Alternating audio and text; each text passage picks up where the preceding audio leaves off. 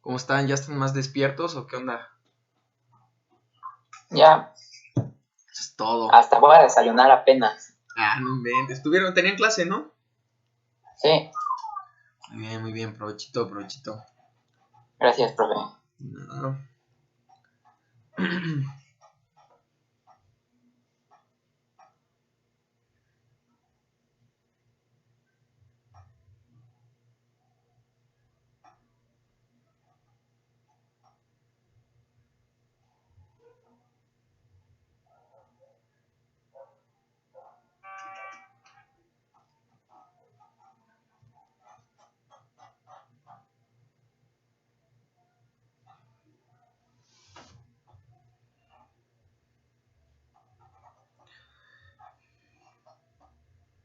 Vamos a darle unos 2 minutitos para que se integren el resto.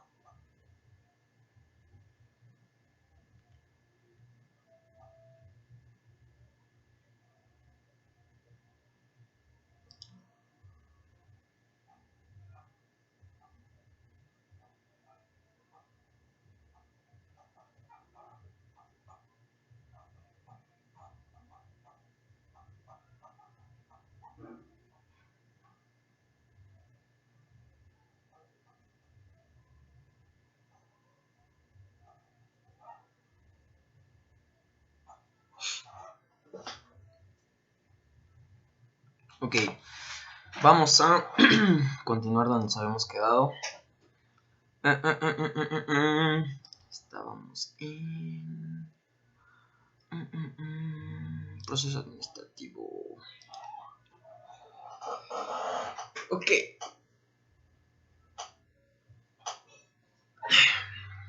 vamos con esta parte del proceso.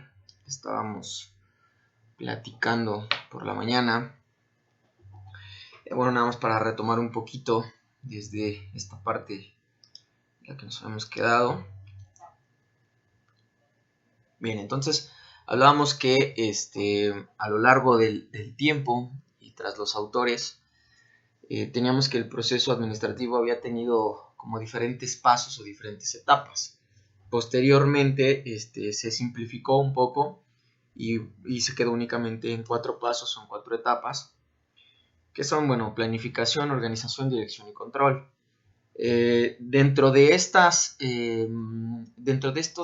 4 pasos y específicamente dentro de cada uno, existen diferentes pasos o diferentes características igual que se deben de tomar en cuenta. En este caso, lo que yo les mencionaba, en el caso de la planificación, hablábamos de las metas específicas de la empresa, les mencionaba sobre los objetivos como tal de la empresa, las estrategias que se deben tomar en cuenta o que se deben plantear para poder llegar a estas metas, estos objetivos, y los planes como tal en específico de todo lo que engloba pues la finalidad del proyecto o de la meta o del objetivo. Por otro lado, dentro de la organización, veíamos que empezaba esta parte de la estructura como tal, o sea, se estructuraba como tal la parte de la empresa, se definían los puestos, se hacía un organigrama, se definían jerarquías, entre algunas otras cosas. De igual forma, la administración de recursos tiene mejor auge y se desarrolla igual, pues siendo un papel importante dentro de la empresa, ¿sale? Hablemos de los recursos humanos y de los recursos financieros y al mismo tiempo cómo funcionan los recursos humanos y los recursos financieros en función a los objetivos. En el caso de la dirección, tenemos que la dirección nos habla de la motivación, nos habla del liderazgo, de la comunicación, comportamiento individual y de grupo, ¿sale? Es decir, cuáles van a ser las formas más efectivas para poder liderar o para poder dirigir un grupo de trabajo, ¿sale? Entonces, esto también va a ser de gran importancia. Y finalmente, la parte del control. Pues en el control vamos a encontrar todas las normas, las medidas, las comparaciones, los planes de acción y todo aquello que nos pueda ayudar a beneficiar el desempeño de la empresa. ¿Sale? Vamos a evaluar, vamos a tomar en cuenta todas aquellas características que nos van a permitir ser mejores, nos van a permitir mejorar los procesos, nos van a permitir cometer la cantidad mínima de errores y pues bueno, se enfoca principalmente en eso. Ahora sí, vamos a lo que nos truje. Vamos con el primer paso del proceso administrativo. En este caso es la planeación. Bien, tenemos que la planeación es la primera fase del proceso administrativo y consiste básicamente en actividades que se realizarán en el futuro, a partir de decisiones tomadas en el presente y cuyos resultados se verán u obtendrán también en el futuro. Planear como tal se puede definir como proyectar y generar escenarios. La proyección es la base de la percepción. Tal como un hombre piensa, así percibe.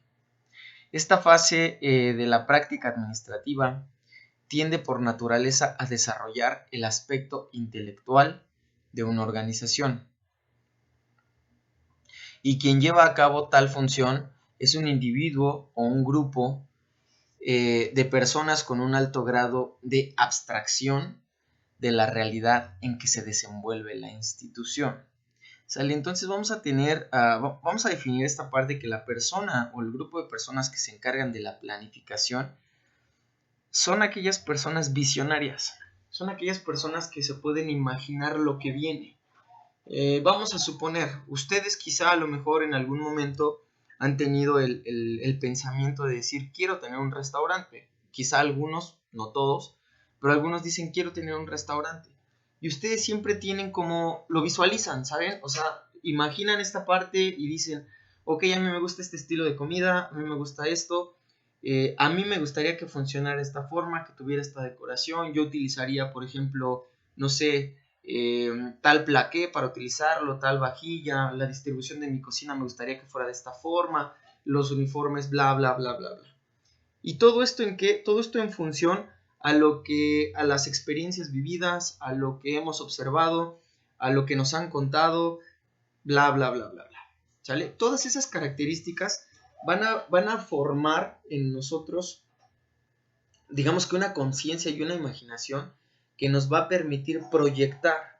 La proyección en una persona o el sueño que tiene una persona en cuanto a un proyecto o a algún objetivo siempre es importantísima. Ahora, hablando específicamente de aquellas personas que trabajan para una empresa y tienen puestos específicos, esta parte imaginativa, esta parte de proyectar, imaginar y tener en mente cada uno de los detalles es súper importante, súper importante. Por eso es que los altos mandos, en este caso las gerencias, independientemente al conocimiento que tienen de toda el área administrativa o de toda la teoría como tal, tienen esta capacidad de poder ligar, de poder conjuntar su imaginación con la base teórica y a partir de ello correr en función en planes, o bueno, que los planes vayan en función a los objetivos, ¿sale? No es lo mismo generar objetivos inalcanzables que generar objetivos que tú sabes que pueden llegar. ¿Por qué? Porque tienes la capacidad financiera, porque tienes la capacidad intelectual, etcétera, etcétera, etcétera, ¿sale? Entonces, esta parte de la planeación es más que otra cosa, es imagínatelo, imagínate cómo puede ser, cómo puede funcionar, cómo lo podemos llevar a cabo, ¿sale? Y pues bueno, así es como va funcionando esta parte de la planeación. Ok. Bien, también nos dice que la planeación tiene por objeto conducir a la organización hacia el estado que desea la dirección de la empresa, mediante la formulación de estrategias y la toma de decisiones. Desde un punto de vista sistémico, la planeación involucra a toda la organización y las decisiones que se toman afectan a todo el sistema. Por tal motivo, debe abordarse con un enfoque integral. Dentro de los propósitos de la planeación está el definir al objetivo o camino concreto, siendo esto fundamental para determinar las directrices de una organización. Ok, ¿qué quiere decir esto? Que independientemente que nosotros imaginemos o creemos como un camino hacia el objetivo específico, este camino tiene que ser muy objetivo. O sea, no hay espacio, no hay tiempo, no hay tolerancia para ciertas holguras. ¿Qué quiere decir esto? Que si nosotros pensamos, no sé, en tener un restaurante, la meta es poner un restaurante. Y entonces yo lo visualizo y yo quiero vender esto y yo quiero hacerlo de esta forma. ¿Por qué no se puede o no pueden existir holguras? Porque una vez existiendo una holgura, una desviación, ya no estamos concretos en cuanto a los objetivos planteados anteriormente.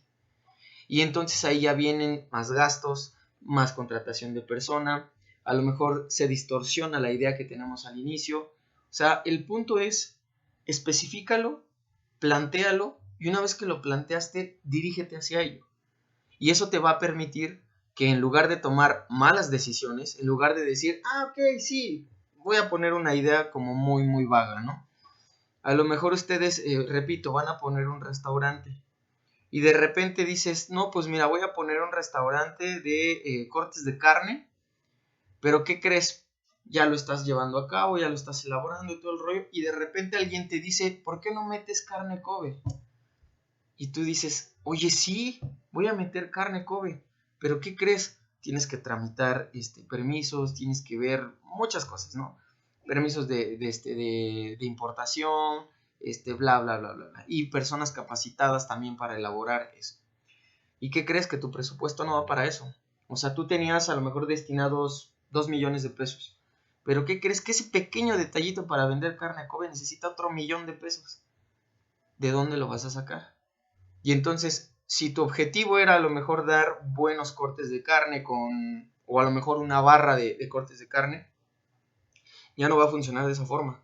Porque entonces tienes que vender carne más cara, obviamente tus precios se van a disparar, digamos que tu estrategia de venta ya no va a ser la misma, porque tus objetivos se van a diferir y por lo tanto puede que cuando llegues al inicio de apertura, pues la gente diga, híjole, está bonito, pero está muy caro. Y definitivamente no tengas las proyecciones o no obtengas las proyecciones de ventas que habías tenido sobre tu camino de planeación. Eso es a lo que se refiere esta parte, de tratar de planear objetivamente, tratar de planear sobre una directriz y a partir de ello llegar a tu objetivo. va a haber muchas tentaciones en cuanto a diferentes planteamientos o en cuanto a que alguien les diga, ay, ¿por qué no haces esto? ¿Por qué no haces el otro? Bla, bla, bla, bla, bla. Todos quieren opinar y todos son buenos empresarios. ¿Por qué? Pues porque no están aportando dinero y porque no están participando. Si estuvieran dentro, no participarían verbalmente tanto, ¿sale? Entonces eso es un poquito complicado. Hay que definir nuestros objetivos, tener bien planteado lo que necesitamos y a partir de ello trabajar sobre el mismo. Ok, estas son algunas definiciones importantes sobre la planeación. Tenemos que Terry y Franklin nos dicen que la planeación es seleccionar información y hacer suposiciones respecto al futuro para formular las actividades necesarias al fin de realizar los objetivos organizacionales. Por otra parte, otro autor, que es Ackoff, nos dice que la planeación es un proceso de toma de decisiones anticipadas, en el cual deben considerarse dos aspectos fundamentales. El proceso que determinará qué hacer y cómo hacerlo antes de que se requiera la acción o un plan de acción. Por otro lado, tenemos otro, se me olvidó cómo llamarle, pero bueno, tenemos otro autor. Este autor, bueno, ustedes ya lo investigaron, ya checaron más o menos cuáles fueron sus aportaciones en cuanto al campo de la administración. Nos dice que la planeación consiste en fijar el curso concreto de acción que ha de seguirse, estableciendo principios, secuencias de operación y las determinaciones de tiempos y de números necesarios para su realización. Ok, vamos a tener que en la parte de la planeación tenemos cantidad N de herramientas para este caso, ¿no? En el caso de la planeación, las cuales van a ser muy importantes. Estas herramientas se ocupan a nivel mundial, principalmente para la determinación de tiempos, para la determinación de operaciones y determinación de dineros. Es decir, que mediante tiempos, operaciones y dinero nosotros vamos a poder definir nuestro lapso en el que vamos a estar participando como tal en la planeación de este proyecto. Por otro lado tenemos a Cons y a Weirich. Nos dice que la planeación es el proceso gerencial que incluye seleccionar la misión de la organización, los objetivos y las acciones para alcanzarlos. Provee de un enfoque racional para lograr los cursos de acción futuros. Genera espíritu de innovación administrativa. Y finalmente tenemos a Goetz. Nos dice Goetz que planear es hacer que ocurran las cosas de otro modo que no habría ocurrido. ¿Sale? Entonces, a final de cuentas, es planéalo y ejecútalo. ¿Sale? Es como muy simple. De hecho, de todos estos autores, quien más racionalidad hacia nuestra forma de entender las cosas tiene, es en este caso Agustín Reyes Ponce. ¿Sale? Vuelvo a repetirlo, nos dice que la planeación consiste en fijar el recurso concreto de acción que ha de seguirse, estableciendo los principios, las secuencias de operaciones y las determinaciones de tiempos y números necesarios para su realización. ¿Sale? Creo que esta es como la más lógica, la más acertada, la más simple y la más fácil de entender, englobando aspectos importantes que necesita la planeación. Bien, tenemos que entonces la planeación tiene algunas fases o algunas etapas. En este caso, primero vamos con los propósitos de la planeación y nos dice que los propósitos son las aspiraciones fundamentales o finalidades de tipo cualitativo que persigue en forma permanente o semipermanente un grupo social. ¿Sale? Pocas palabras, los propósitos son aquellas aspiraciones que se sigue por parte de una persona, de una empresa o de algún grupo social. Luego tenemos los objetivos. Nos dice que representa los resultados que la empresa espera obtener. Son fines por alcanzar, establecidos cuantitativamente. ¿sale? Es decir, cuando nos dice que son establecidos cuantitativamente, es porque son objetivos que se pueden cuantizar, es decir, contar, ¿sale? O sea, son objetivos que sabemos que pueden ser alcanzables. Y en este caso, el objetivo representa el resultado final de la empresa. O sea, el resultado final del proyecto o el resultado final de la semana, el resultado final del mes. Y cómo se tiene que alcanzar y cómo se tiene que cuantizar. Luego tenemos una etapa de estrategia. Nos dice que son recursos de acción general o alternativas que muestran la dirección y el empleo general de los recursos. Perdón, es que ya. Entonces, nos dice que son cursos de acción que generan alternativas, ¿sale? Entonces, las estrategias van a ser todas aquellas formas de cómo nosotros vamos a generar diferentes alternativas para llegar al objetivo final. O sea, a veces el texto es un tanto rebuscado, pero al final de cuentas es eso. O sea, son las diferentes alternativas o las diferentes formas que vamos a tener o vamos a desarrollar para llegar a un producto final, ¿sale? Ahora, para estas estrategias o aplicando estas estrategias podemos ocupar cantidad N de recursos. Hablemos de recursos humanos, hablemos de recursos financieros, entre algunas otras cosas, recursos materiales, etc. Por otra parte tenemos las políticas, que son guías para orientar la acción. Son criterios, lineamientos y no se sancionan, ¿sale? Entonces, las políticas va a ser aquí todo aquello que nosotros vamos a seguir y que va a representar como tal el curso de la empresa, ¿sale? Todas estas políticas de la empresa son lineamientos predefinidos por los altos mandos que se deben de respetar y mediante los cuales se tiene que llegar a un fin común, que son los objetivos. Luego tenemos los presupuestos. Nos dice que es el plan de todas o algunas de las fases de actividad de la empresa, expresado en términos económicos, junto con la comprobación subsecuente de las realizaciones de dicho plan.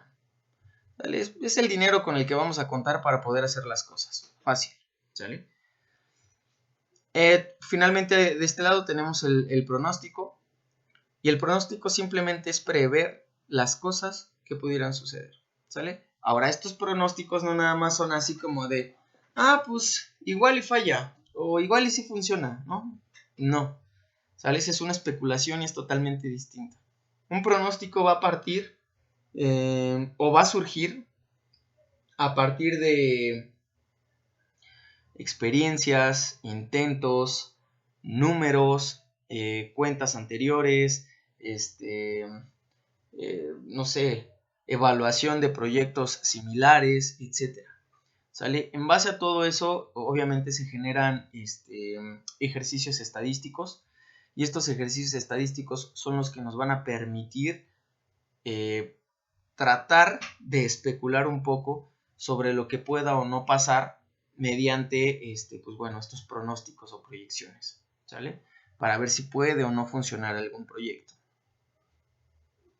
Bien, tenemos entonces que la planeación también consta de algunos principios, ¿sale? Y los principios es como el reglamento, las reglas que debe de tener la planeación para que pueda funcionar de manera correcta.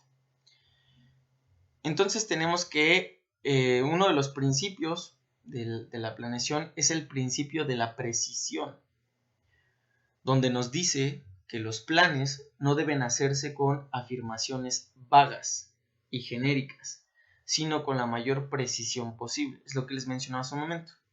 O sea, hablando de proyecciones, hablando de números, hablando de ventas, cosas de ese tipo, debemos de tener respaldos que nos permitan hacer afirmaciones correctas y no solo afirmaciones vagas que nos hagan pues sí, o sea, válgame la redundancia, que nos hagan divagar en nuestra forma de pensar y en nuestra forma de ver las cosas en cuanto al buen aprovechamiento o mal aprovechamiento de la empresa. Por otro lado, tenemos el principio de la flexibilidad. Nos dice que es dejar un margen para los posibles cambios que se pudieran dar, tanto buenos como malos, ¿sale? Fácil de entender, o sea, simplemente es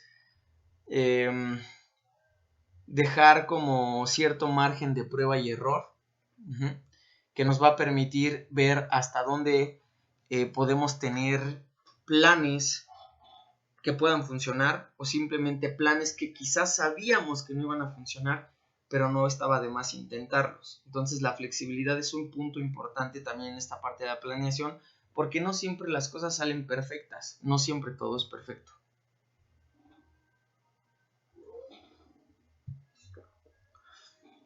Por otro lado tenemos el principio de unidad.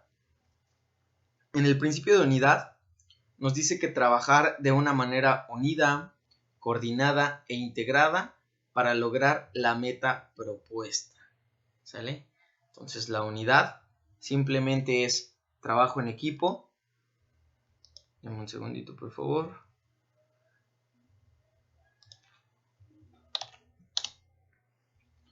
Sí, les decía, la unidad simplemente es trabajo en equipo, ¿sale? El trabajo en equipo es muy importante para el buen funcionamiento de una empresa en general.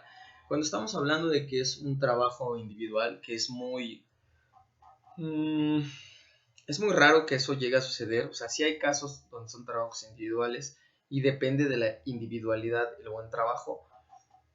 Pero en realidad, si hablamos de organizaciones, hablamos de empresas nacionales, transnacionales, etcétera, todo es trabajo en equipo.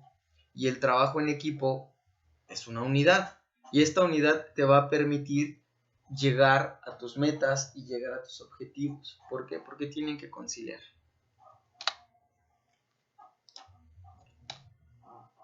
Bien, eso es en cuanto a la parte de planeación. La verdad es que, como se los comenté, o sea, es muy sencillo como lo estamos retomando, dado que es obviamente muchísimo más largo, pero pues solo lo estamos retomando como de forma más práctica y más sencilla.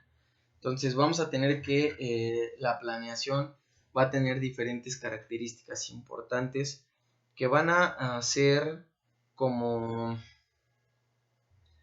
van a ser el parteaguas para que un proyecto o para que pueda funcionar como tal los procesos dentro de una organización o una empresa. Vuelvo a repetir, si no hay buenos planes o personas con imaginación y que de hecho también conozcan la parte pues teórica de todo esto, no va a existir una buena planteación, no va a existir una buena planeación en lugar de planteación. No va a existir una buena planeación y por lo tanto pues va a ser complicado que llegar a nuestros objetivos, que exista buena relación humana, que exista buen trabajo en equipo, que se pueda desarrollar de manera correcta. La verdad es que es complicado. Lo ideal es que siempre exista una buena planeación. Luego tenemos la parte de la organización, que es el segundo paso o la segunda etapa del proceso administrativo. Bien, tenemos entonces que la organización es la función administrativa que consiste en agrupar las actividades necesarias para llevar a cabo lo que se ha planificado. Define las tareas, quiénes las va a hacer, cómo las van a hacer y qué recursos utilizará cada uno. Para la estructura interna, para que la ejecución de tareas sea más eficiente. ¿Sale? Entonces, vamos a tener que la organización va a permitir que el desarrollo de la planeación sea más efectivo. ¿Sale?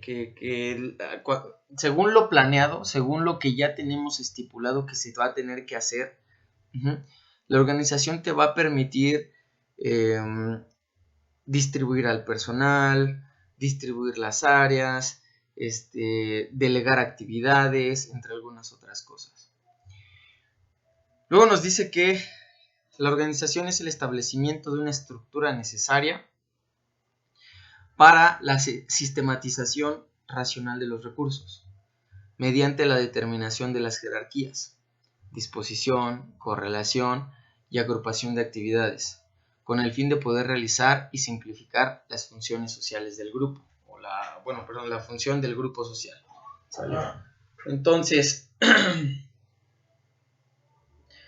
como tal, la organización ya es definir estructuras, definir puestos, definir actividades, definir el organigrama, definir las jerarquías, cómo tienen que funcionar las jerarquías, los tipos de actividades que tienen que realizar, la correlación que debe existir entre los diferentes puestos que hay en la empresa, la agrupación de las actividades, en este caso, cómo se van a dividir las actividades mediante áreas o grupos de trabajo, entre algunas otras cosas. En esta etapa del proceso administrativo es donde se define el organigrama de la empresa, lo que les mencionaba un momento. O sea, realmente es donde se empieza a definir porque una vez que nosotros ejecutamos el plan, una vez que nosotros definimos el tamaño de la empresa o hasta dónde queremos abarcar con la empresa, eso va a ser como algo básico para que nosotros podamos realizar un organigrama. Debemos de saber cuántos integrantes hay en la organización, cuántos puestos de trabajo existen, cuáles son las funciones de estos puestos de trabajo, y en base a ello podemos definir esta parte del organigrama, porque así ya tenemos bien distribuidas cuáles son las jerarquías, quién le obedece a quién y quién ejecuta ciertas actividades específicas.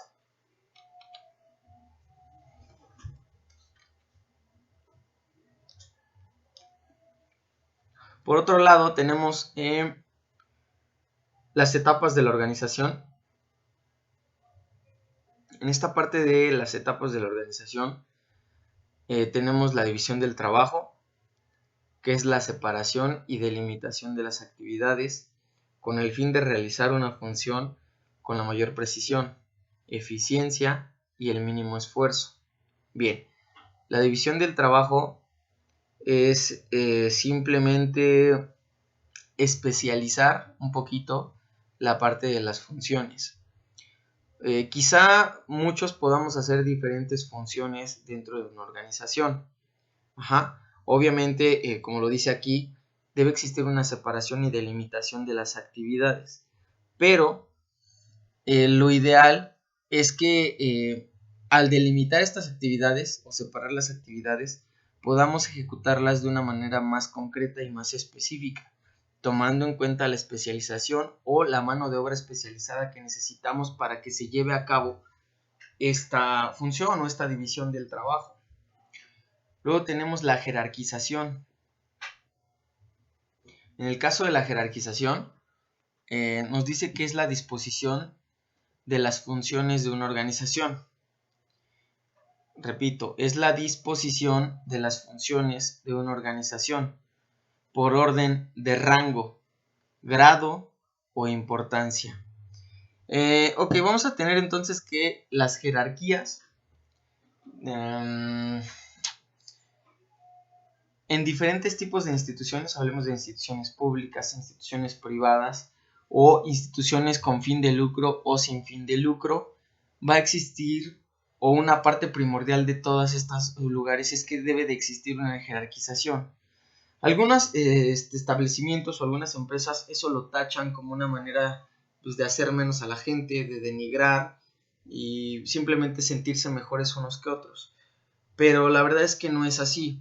Si se aplica de manera correcta la parte de jerarquización, sirve para llevar a cabo funciones específicas que necesitan una voz de mando o una unidad de mando. Porque no es lo mismo que a lo mejor tú tengas una tienda gourmet, y supongamos que está el dueño está el gerente general, está la mano derecha del gerente general y el ayudante. Y entonces tenemos que a lo mejor quienes toman las decisiones importantes es el gerente general y el dueño. Pero ¿qué pasa entonces si un día llaman por teléfono y pues no hay ni dueño, no hay nadie y solo está el trabajador? Y el trabajador se toma la libertad de poder tomar decisiones en ese momento. Decisiones que solo le competían al dueño y al gerente general. ¿Sale? No es que esté mal, la diferencia es que la experiencia, el conocimiento y los objetivos previamente bien planteados en la mente del gerente son los que van a decidir si se lleva a cabo o no ese movimiento. Pero imagínense ustedes que entonces el trabajador normal tome esa decisión. A lo mejor no va a saber ni lo que está haciendo, puede o no funcionar, no lo sabemos. Ajá. Entonces lo ideal es que siempre debe existir esta jerarquización para que se eviten este tipo de conflictos y pues bueno, o sea, únicamente se acuda con el rango necesario para que se pueda platicar, digamos que ya sea una negociación o algo por el estilo. Finalmente tenemos la departamentalización. En la parte de la departamentalización nos dice que es la división y el agrupamiento de las funciones y actividades específicas con una base en su similitud. Es decir, en esta parte ya la empresa se subdivide, pero se divide también por los diferentes grupos o áreas.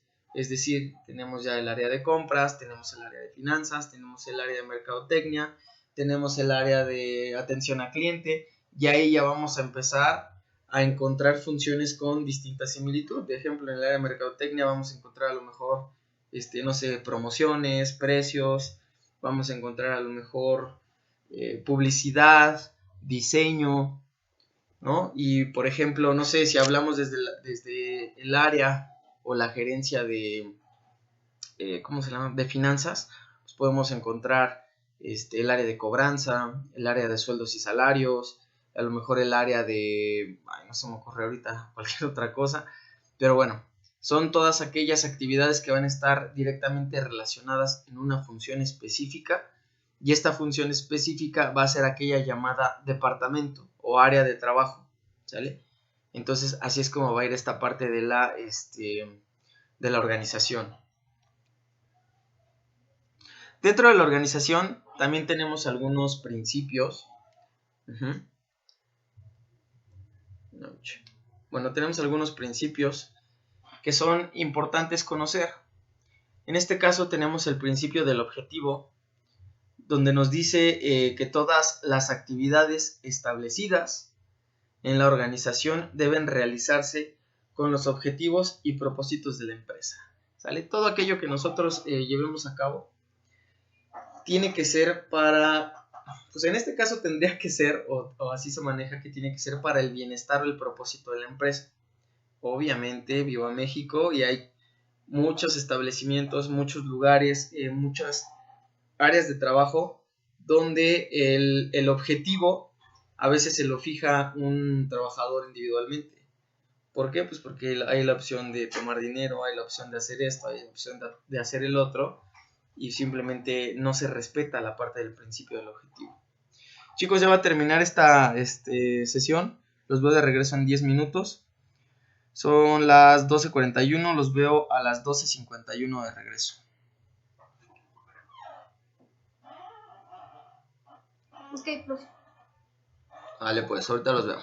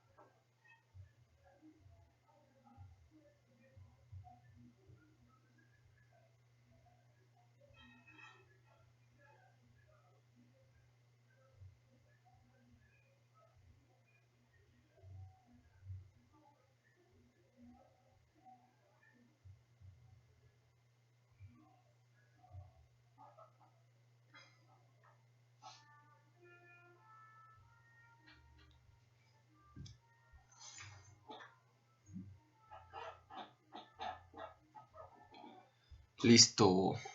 1, 2, 3, 4, 5, 6, 7, 8. Nos faltan 2. Ok. Bien. ¿Quién nos falta? Ah, Witsi me avisó. Y nos falta Adri. Sí, ya tenía que ser Adri.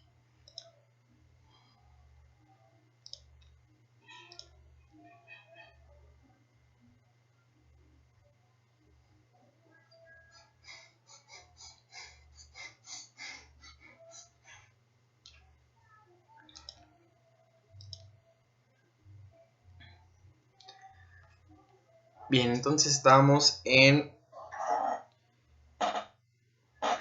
esta parte sobre que nos habla de los principios de la organización. Estábamos hablando o retomando el primer principio, que es el principio del objetivo, donde nos dice que todas las actividades establecidas en la organización deben relacionarse con los objetivos y propósitos de la empresa. ¿Sale? Entonces decíamos que tienen que estar debidamente especificados y todas las actividades tienen que ser totalmente racionales a lo que se busca con los objetivos o propósitos o metas como tal de la empresa. Por otro lado, tenemos el principio de la especialización. En este principio nos dice que el trabajo de una persona debe limitarse hasta donde sea posible la ejecución de una sola actividad. ¿Sale? Esta parte de especialización es, híjole, está padre, pero a la vez es, bueno, en México es un tanto complicado, perdón. En México es un tanto complicado. ¿Por qué?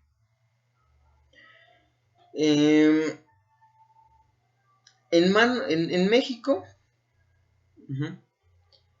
no tenemos como tal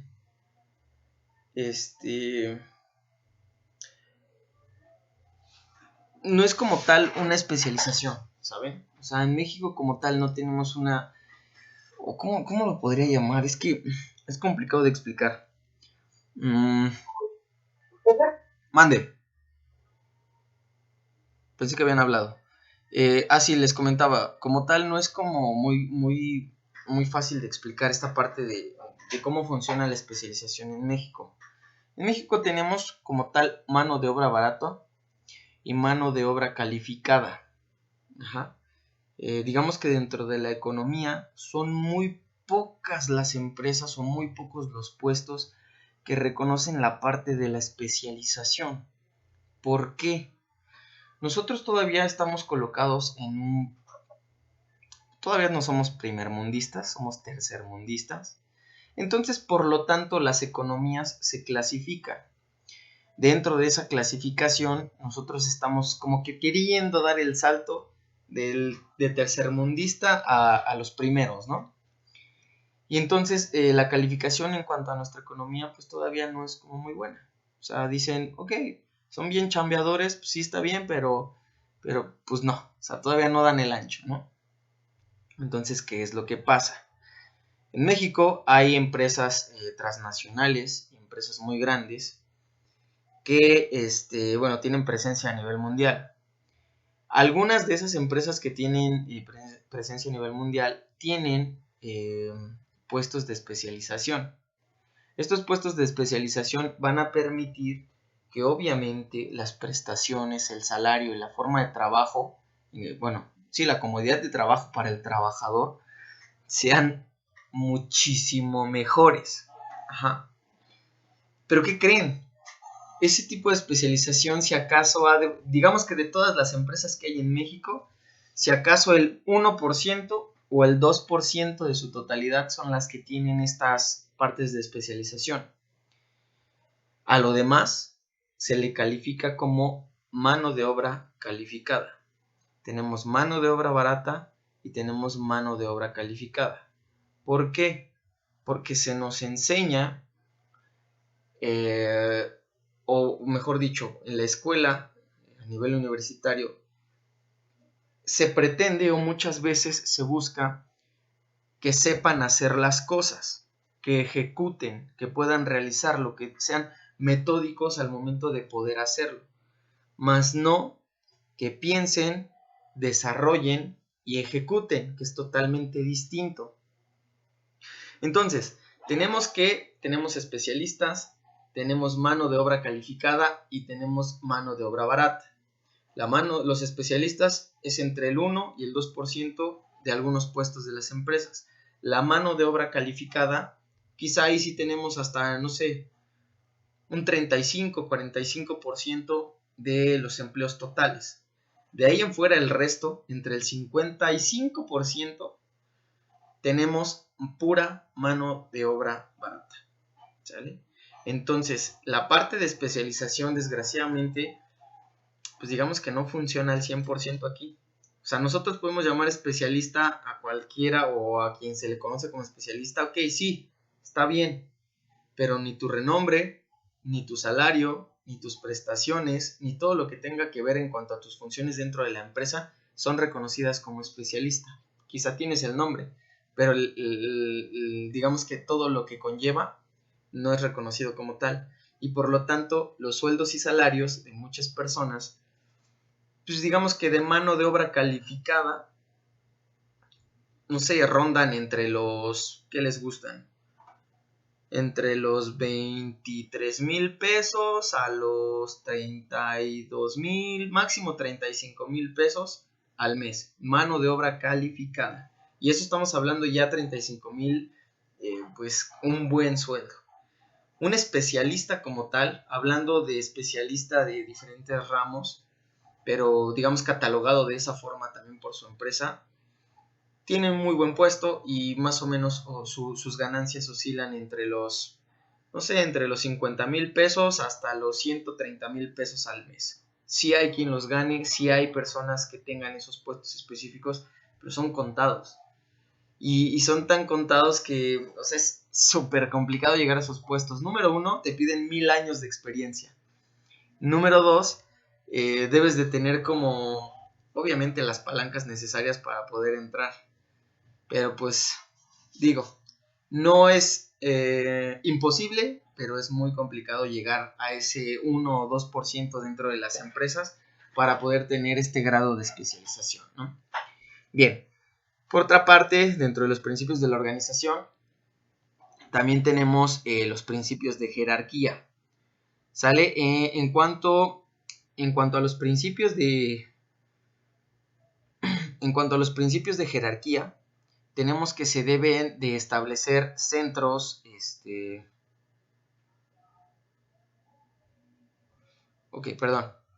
se deben de establecer centros de autoridad de los cuales emane la comunicación necesaria para lograr los planes en los cuales la autoridad y la responsabilidad fluyan en una línea clara e interrumpida desde el más alto ejecutivo hasta el nivel más bajo. Esto ya lo hemos mencionado mucho, lo que es la parte de los principios de jerarquía y cómo debe de funcionar la jerarquía dentro de la empresa.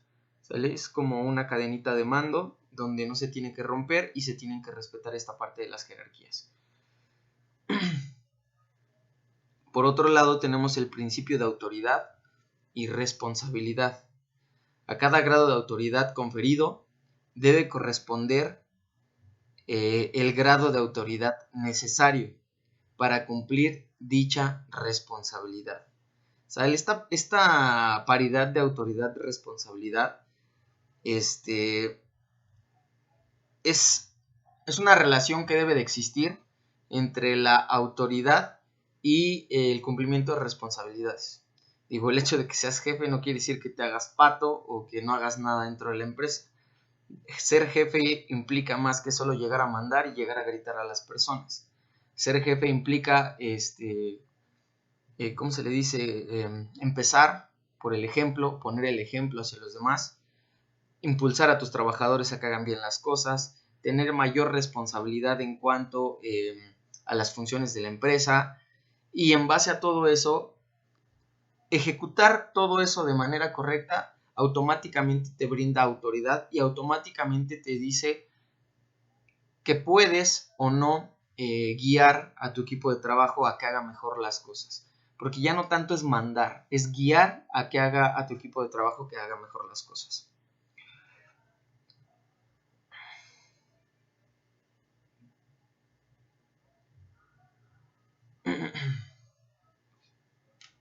Bien.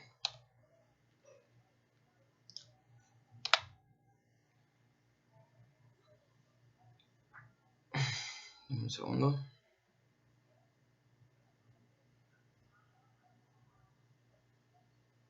Ok. Por otro lado, también tenemos algunos otros principios, que en este caso tenemos lo que es la unidad de mando, que nos dice que establece que al determinar un centro de autoridad y decisión para cada función, se debe asignar solo un jefe y que solo los subordinados no deberán reportar a más de un superior, pues el hecho de que un empleado reciba órdenes de más de 2 jefes solo conduce a las ineficiencias, ¿sale? Es decir, que existen muchos lugares, por ejemplo, antes estaba muy dado en los restaurantes o en algunos hoteles, en que había hasta 1, 2 o 3 supervisores según el hotel, supervisores de cocina.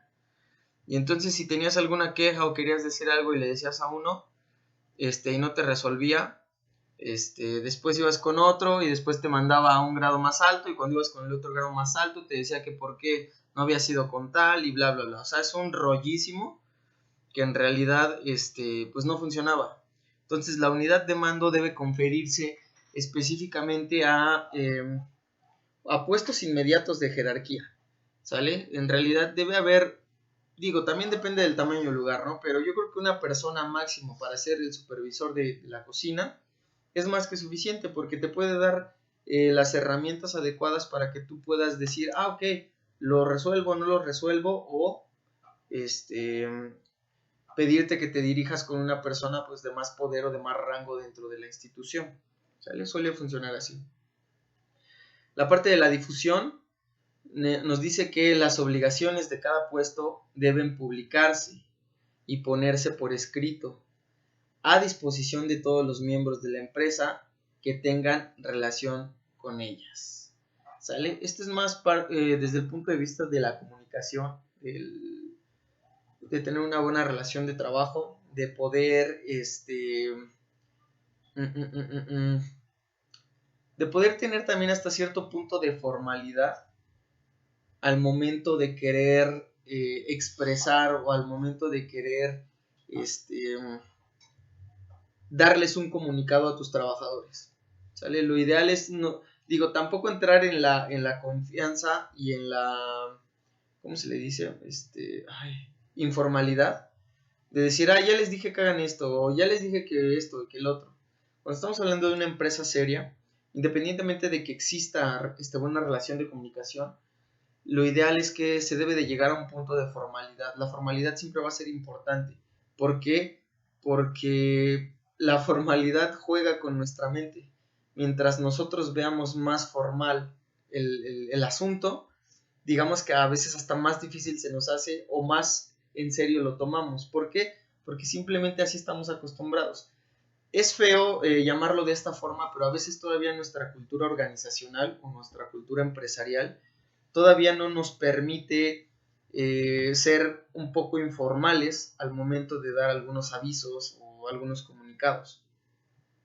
Porque muchas veces la difusión del comunicado se llega a distorsionar o no tiene el efecto que nosotros queramos, como por ejemplo en algunos otros países del mundo, donde hasta cierto punto la informalidad, por ejemplo, informalidad de vestimenta o informalidad en algunas otras cosas, no impiden el éxito de la empresa.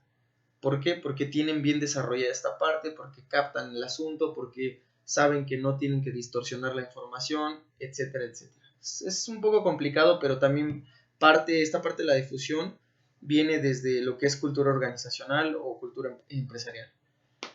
Por otro lado, tenemos la amplitud o tramo de control, donde nos dice que hay un límite en cuanto al número de subordinados que deben reportar a un ejecutivo. Eso sí es muy cierto. Digo, la verdad, el número es muy subjetivo, porque el número de personas va a depender del tamaño de la empresa, de qué tan grande sea la empresa, de cuántos empleados haya por área. Entonces, en base a eso, vamos a delimitar el número de personas o de subordinados que se van a tener que dirigir con un solo ejecutivo o un solo jefe, para que éste pueda resolverles todas las dudas o bien pueda darles indicaciones específicas a este grupo de gente. Pero todo es en base al tamaño de la institución o del lugar. Luego tenemos lo que es la coordinación. En la parte de la coordinación nos dice que las unidades de una organización siempre deberán mantenerse en equilibrio. ¿Sale? Esto está también muy bien, muy bien especificado, porque existen empresas o existen lugares donde no existe una armonía de trabajo, ¿sale? Donde no existe Aquí nos habla de equilibrio, pero el equilibrio nos habla específicamente de, número 1, equilibrio emocional, y número 2, del equilibrio en cuanto a la cantidad o a la par de trabajo que se lleva en los diferentes departamentos. ¿Por qué? Porque definitivamente un departamento o algunos departamentos trabajan de la mano con otros. Si un departamento se atrasa, el otro se atrasa. Si un departamento va a la par y el otro va también, llegamos a objetivos específicos de manera más rápida. Entonces, la coordinación debe existir, digamos que una parte de coordinación que se encargue de visualizar el trabajo de las diferentes áreas para ver que la productividad de toda la empresa esté generando y esté llegando a los objetivos de manera simultánea, que no haya uno donde se atore o que qué está sucediendo aquí, ¿no? Y por otra parte tenemos la continuidad. En el caso de la continuidad, nosotros tenemos que una vez que se ha establecido, la estructura organizacional requiere mantenerse, mejorarse y ajustarse a las condiciones del medio ambiente. Vamos a definir esto con otro concepto un poco más fácil y más concreto, que esta continuidad nos habla de una actualización constante. O sea, ¿cómo se le dice? Como de una evaluación continua, de una actualización constante. O sea, esta parte de continuidad nos habla en muchos aspectos sobre cómo funciona nuestra estructura organizacional, qué hay que modificar, qué no hay que modificar, si hay que actualizar algunos, no sé, procesos, si hay que mejorar en algunas áreas de trabajo. Se va a escuchar feo, ¿no? Pero también si hay que o no despedir gente, no sé, o sea, el mismo medio, las tendencias, el medio en el que se desenvuelve nuestro tipo de empresa, nos va a decir qué es lo que viene. cuáles son o cuáles son las líneas a seguir para estas tendencias en las que nosotros estamos involucrados, ¿sale? Y pues obviamente tenemos que adaptarnos al ambiente. Bien, como paso número 3, tenemos la etapa de la dirección dentro del proceso. Dejen tomar agua.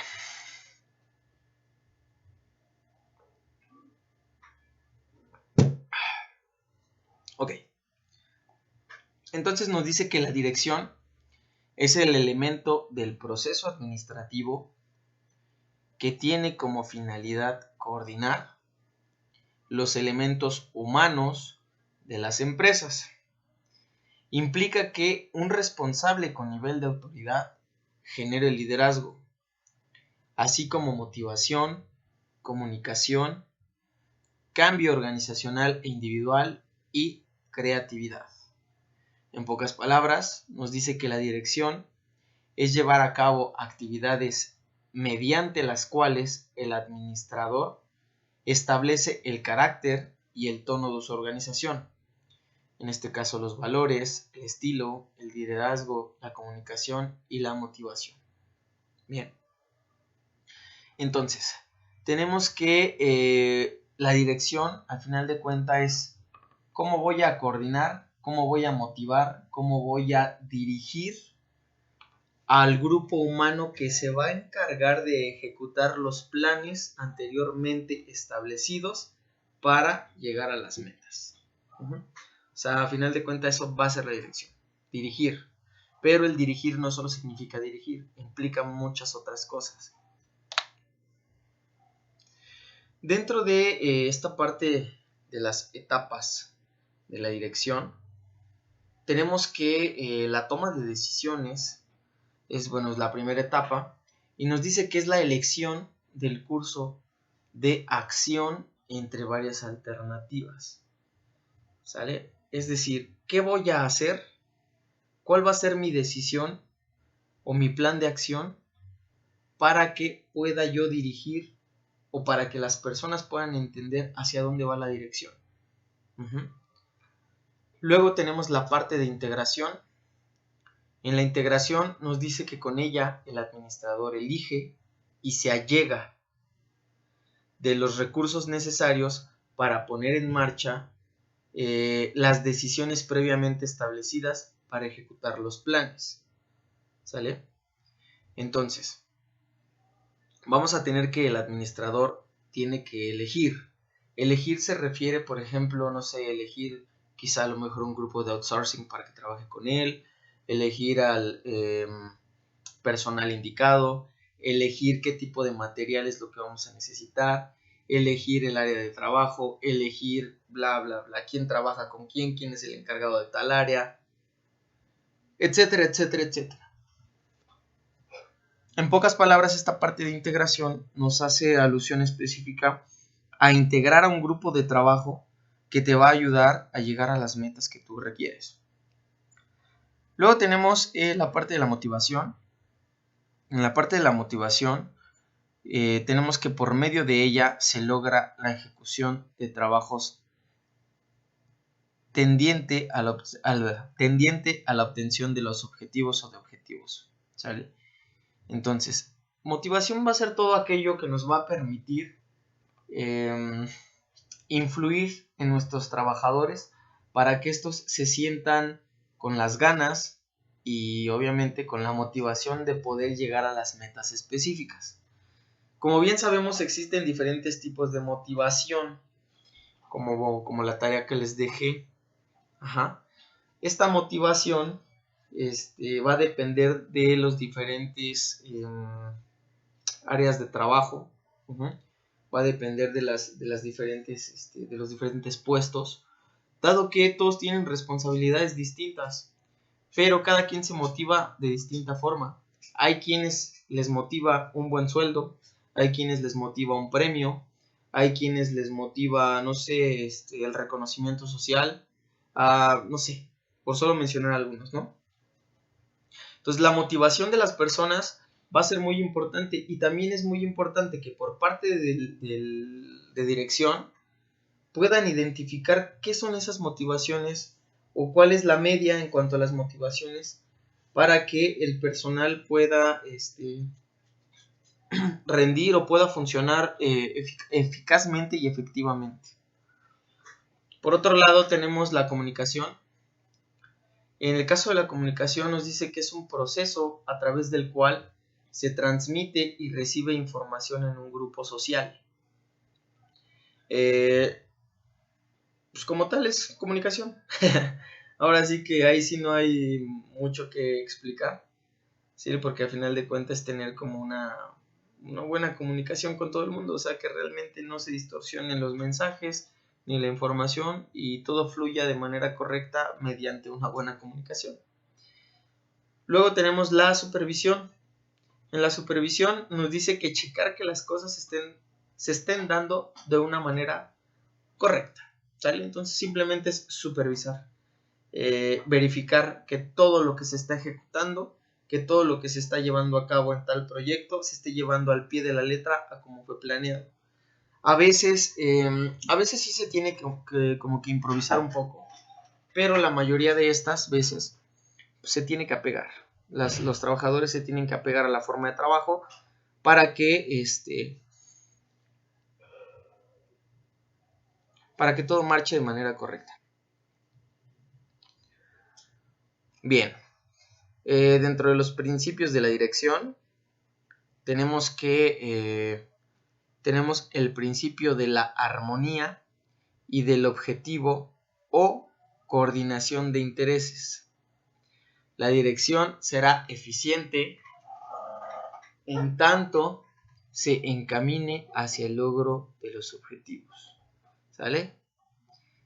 Entonces, lo repito, de la armonía del objetivo o coordinación de intereses, donde la dirección será eficiente en tanto se encamine hacia un logro de objetivos.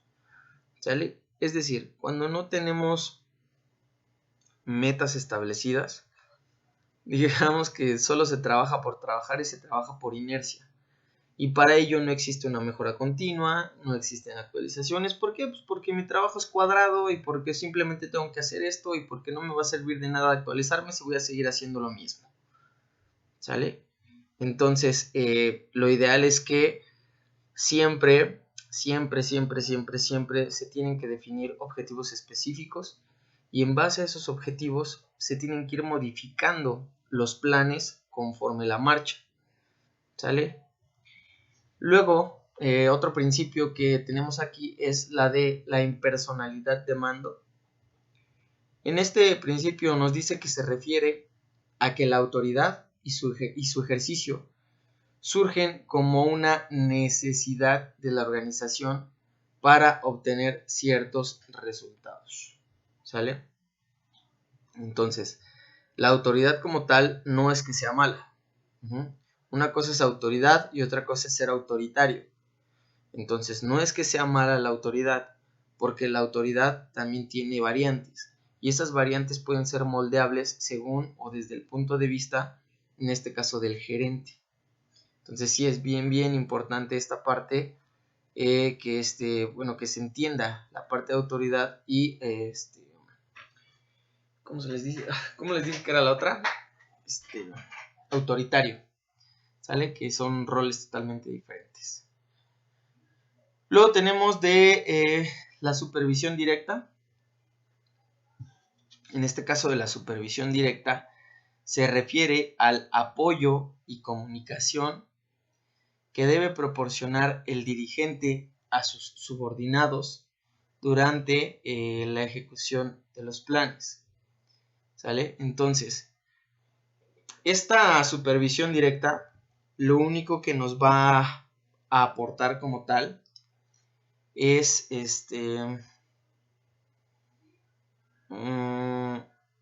redirigir, corregir, ¿qué otro término podríamos darle? Redirigir, corregir, ayudar, encaminar, ¿sale?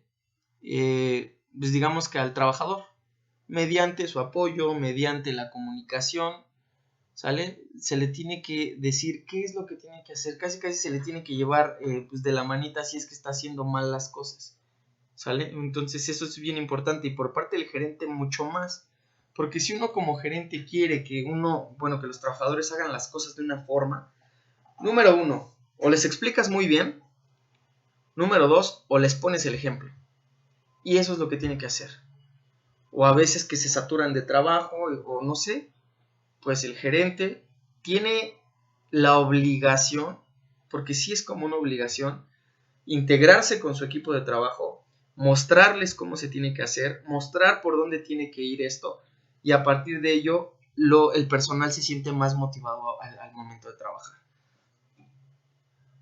Luego tenemos el de la supervisión directa.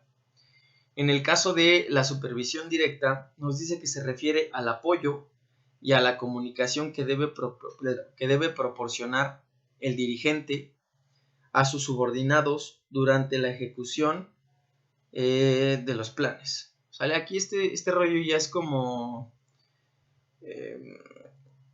como más directo, ¿no? Este rollo de la supervisión directa. O sea, sí está bien que a todos los revisen, que a todos les digan, pero digamos que no hay resultado más efectivo que el que realizas con una persona o corriges a una persona de manera correcta sin necesidad de exponerla. La exposición en cuanto a los demás es un arma de doble filo. Hay quienes lo ven como un apachurrón y hay quienes lo ven como un síntoma de motivación que les ayuda a ser mejores cada día. Entonces esta parte de la supervisión, que te llamen la atención, de que te digan si haces o no bien las cosas, es muy importante también en este principio, porque ya se los dije, puede funcionar o no puede funcionar, pero también depende de qué forma yo me expreso con los trabajadores, de qué forma les digo las cosas y les hago entender que lo están haciendo mal, que simplemente no les está saliendo y que mejor no se pueden trabajar en otra área o los puedo acomodar en otra área. ¿Sabes? Tener el tacto para poder decirles sí y poder decirles no sin que lo tomen a mal.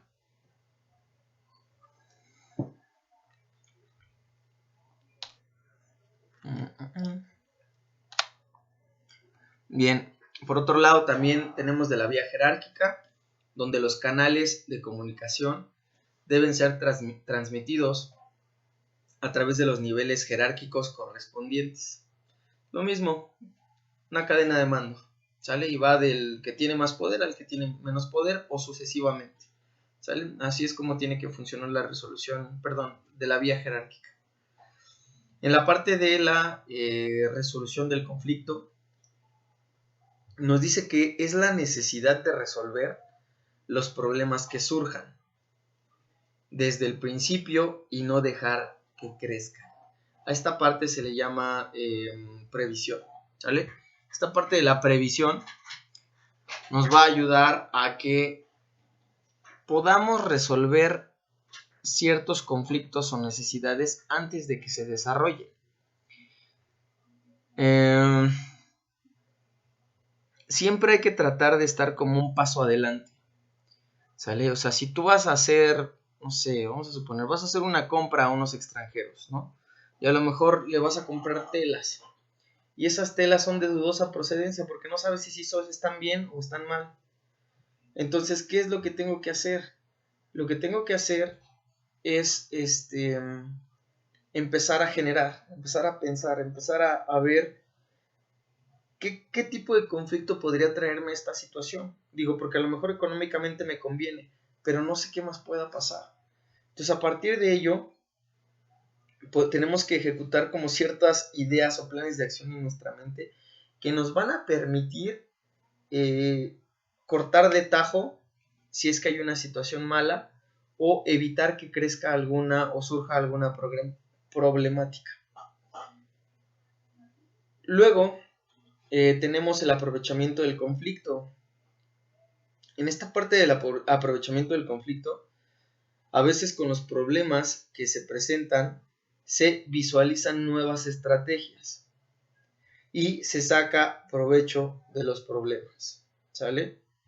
Entonces, vamos a tener que, a veces los problemas internos o aquellas situaciones internas que hacen ver a la empresa como algo complicado, son conflictos que nos van a servir a nosotros para poder hasta cierto punto experimentar algunas estrategias que quizá podríamos haber concebido para que fueran para que fueran ejecutadas, ¿sale? Y de esta forma, pues tener el mejor o obtener el mayor conocimiento sobre este tipo de conflictos internos al momento de ejecutarlos desde otro aspecto, ¿no? Entonces, el aprovechamiento del conflicto es meramente, ¿cómo se le llama? Experiencial o de la experiencia, porque la experiencia es la que te va a decir posteriormente qué es lo que tienes que hacer y qué es lo que no tienes que hacer, o si lo estás haciendo bien o si lo estás haciendo mal. De esa forma funciona esta parte del aprovechamiento del conflicto. Es un problema que te va a servir a que hagas mejor las cosas, así de simple. Vamos finalmente con esta último paso del proceso administrativo. Y bueno, es el que se llama control. El control lo podemos definir como el proceso, o bueno, en el control, el papel fundamental del control en el proceso administrativo, mejor dicho, es la etapa clave que permite a las organizaciones poder mejorar y rectificar, sobre todo aquellos posibles errores que se hayan podido generar en las distintas fases de trabajo. Se va a analizar detalles del proceso administrativo, ¿sale? Entonces, en las etapas del control vamos a encontrar diferentes etapas interesantes. En este caso vamos a encontrar las siguientes. Número 1 nos dice que es el establecimiento de estándares. En el establecimiento de estándares se representa el estado de ejecución deseado y de hecho nos es más que los objetivos definidos de la organización, ¿sale? Entonces, establecimiento de estándares es las reglas específicas, es de qué manera o cuáles son los resultados que nosotros estamos teniendo al momento de la ejecución deseada de nuestro proceso. Es un poco rebuscado, pero bueno, si es así, es de esa forma, ¿sale? Entonces nos dice que esta parte de análisis llega a ser un poco más importante o interesante que los objetivos ya definidos. ¿Por qué? Porque a veces sí se llega a esos objetivos, a veces no se llega, a veces nos quedamos en el camino. Y entonces el punto es, ¿qué hice mal? ¿Qué parte de mi proceso no se ejecutó de manera correcta? ¿Dónde me atoré? ¿Por qué no llegué a este resultado? ¿Sale? Entonces, si nosotros establecemos estos estándares de análisis, vamos a poder identificar qué salió mal y qué no salió mal. Por otro lado, tenemos la medición de resultados. Nos dice que es medir la ejecución y los resultados mediante la aplicación de unidades de medida que deben ser definidas de acuerdo con los estándares, ¿sale? O los resultados los vamos a medir principalmente estadísticamente, pero dependiendo nuestro giro o lo que nosotros hagamos, va a ser el tipo de medición que nosotros vamos a tener para los resultados. Bueno, ok chicos, vamos a dejarla hasta aquí, ¿sale? Con esto terminamos el día de hoy, nos quedamos en las etapas de control. Y bueno, los veo el día de mañana con la otra clase y pues se pueden retirar. No olviden revisar la plataforma si es que les pongo alguna actividad o cositas de ese tipo, por favor. Así que pórtense bien, que tengan buena tarde. Otra vez con sus caritas, no es posible. Hasta luego, profe. Bye bye, cuídense Nos vemos, mucho. profe. Nos vemos. Bye, descansen. Nos vemos.